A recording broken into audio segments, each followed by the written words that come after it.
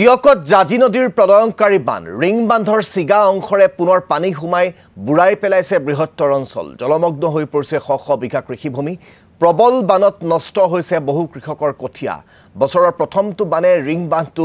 চিঙি পেলোৱাৰ ফলত ত্ৰাহি মধুসূধন হৈছে কৃষকসকলে বাহৰ বুৰুজ আৰু বালিৰ বস্তাৰে বান্ধটো মেৰামতিৰ চেষ্টা চলোৱা হৈছিল যদিও পুনৰ অহা বানে বিধ্বস্ত কৰিলে বান্ধটো ফলত দুচিন্তাত ভুগিছে স্থানীয় লোকসকল আমাক এই জাজি নদীৰ যি প্ৰলয়ংকাৰী বান তাৰ কিছু পৰিবেশ দেখুৱাব ৰিজু কুমাৰ শইকীয়াই জাজি নদীৰ প্ৰথমটো বানতে বনাই নৱম অঞ্চলৰ যিটো ৰিং বান আছিল দুৰ্বল ৰিং বান আছিল সেই ৰিং বানটো উটুৱাই নিলে আৰু যাৰ ফলত আচলতে হাহাকাৰ পৰিৱেশৰ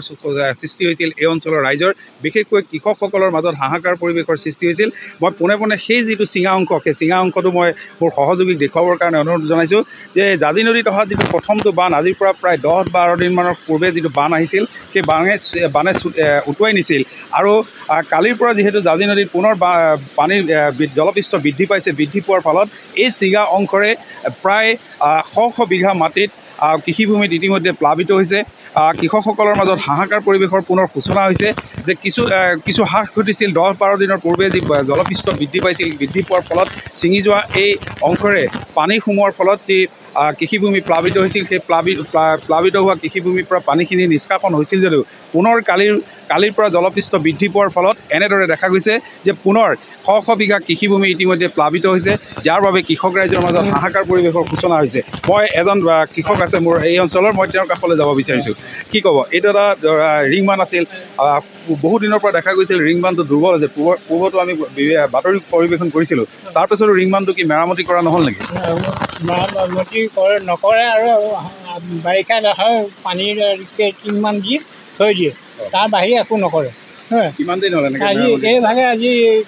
10 বছৰমান হৈছে দেই একো নকৰে মানুহৰ ৰং চাই আৰু এইপিনে মাটি কাটি এই শিমল আপোনাক দেখুৱাইছোঁ এই শিমল দুজোপা কোনে 80টা মাটি বহলকৈ কাটি মঠাই পেলাই জেগাইছোঁ মাটি একো কাম নকৰে ইয়াত দেই পইচাটো খালে আৰু একোৱেই নাপায় এতিয়া যে পানী পুনৰ বৃদ্ধি পালে বৃদ্ধি পোৱাৰ ফলত আপোনালোকৰ খেতি কৰিবলৈ আৰম্ভ কৰিছিলে নেকি খেতি কৰিবলৈ কঠীয়া পাৰিলোঁ কঠীয়া প্ৰায় 10-15 বিঘামান কঠীয়া পাৰিলোঁ এতিয়া চব শূন্য হৈ গ'ল কি ক'ব চৰকাৰক চৰকাৰে এতিয়া ক'বলৈ মোৰ নাই আমাৰ নিচিনা মানুহৰ আৰু ভুৱা পইচা পিছলৈ পিছি যায় কি কৰিম উপায়টো নাই হয় মই পুনৰ কৈছোঁ এয়া আছিল কৃষকৰ দুৰ্দশা মই পুনৰ সেই দৃশ্য দেখুৱাবৰ কাৰণে এইখন জাজি নদীত অহা সামান্য জলপৃষ্ঠই আজিৰ পৰা 10-12 দিনৰ পূৰ্বে এই চিগা অংশ বনাই নৱমা গাঁৱৰ এই অংশটো ছিঙি পেলাইছিল ছিঙি পোৱাৰ পাছত শ বিঘা মাটি ইতিমধ্যে প্লাবিত হৈছিল কৃষিভূমি পুনৰ এই কৃষি জলপৃষ্ঠৰ হ্ৰাস পোৱাৰ ফলত কৃষিভূমিত খেতি কৰিবলৈ আৰম্ভ কৰিছিল এই অঞ্চলৰ ৰাইজে কিন্তু যোৱাকালি পুনৰবাৰ জাজি নদীত অহা এই বাঢ়নী পানীয়ে পুনৰ শ বিঘা মাটি পুনৰ প্লাবিত কৰিছে যাৰ বাবে আচলতে এক অভাৱনীয় পৰিস্থিতিৰ সৃষ্টি হৈছে আন এজন কৃষক আছে কি ক'ব যে যি সময়ত আচলতে খৰালি এই কামবোৰ কৰিব লাগে সেই সময়ত কামবোৰ কৰা নহ'ল নেকি এটা কথা ছাৰ খৰালি কামবিলাক কৰিবলৈ লয় কিন্তু জব কাৰ্ডে কৰে জব কাৰ্ডত মাটিৰ বস্তাত এপাচি ভৰাই তাত গিৰাই দিয়ে জব কাৰ্ডে 10 বছৰমান কাম কৰিলে কিন্তু কাম কৰাৰ পিছতো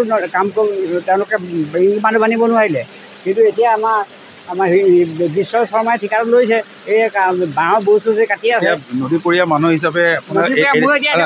মানুহ হিচাপে এই বাৰিষা এই কামটো কৰিলে ফলপ্ৰসূ হ'বনে নহ'ব এতিয়া কেতিয়াও ৰাখিব নোৱাৰে এতিয়াতো কেতিয়াও ৰাখিব নোৱাৰে এতিয়া পইচা অথলে যাব পইচা অথল যাব এইটো পইচা কেতিয়াও অথল যাবই মানে বাকী নাই এতিয়া আমাক কঠীয়া ৰিঙিৰ ওপৰত আছে চব ধপাত হৈ গ'ল পলক কৰি একেবাৰে হৈ গ'ল এতিয়া বাৰিষা এই কামটো কেতিয়াও কোনো সাধ্য নোৱাৰে কৰিব হয় ধন্যবাদ জনাইছোঁ আপোনাক মই পুনৰ কৈছোঁ যে এইসকল কৃষকৰ মাজত এতিয়া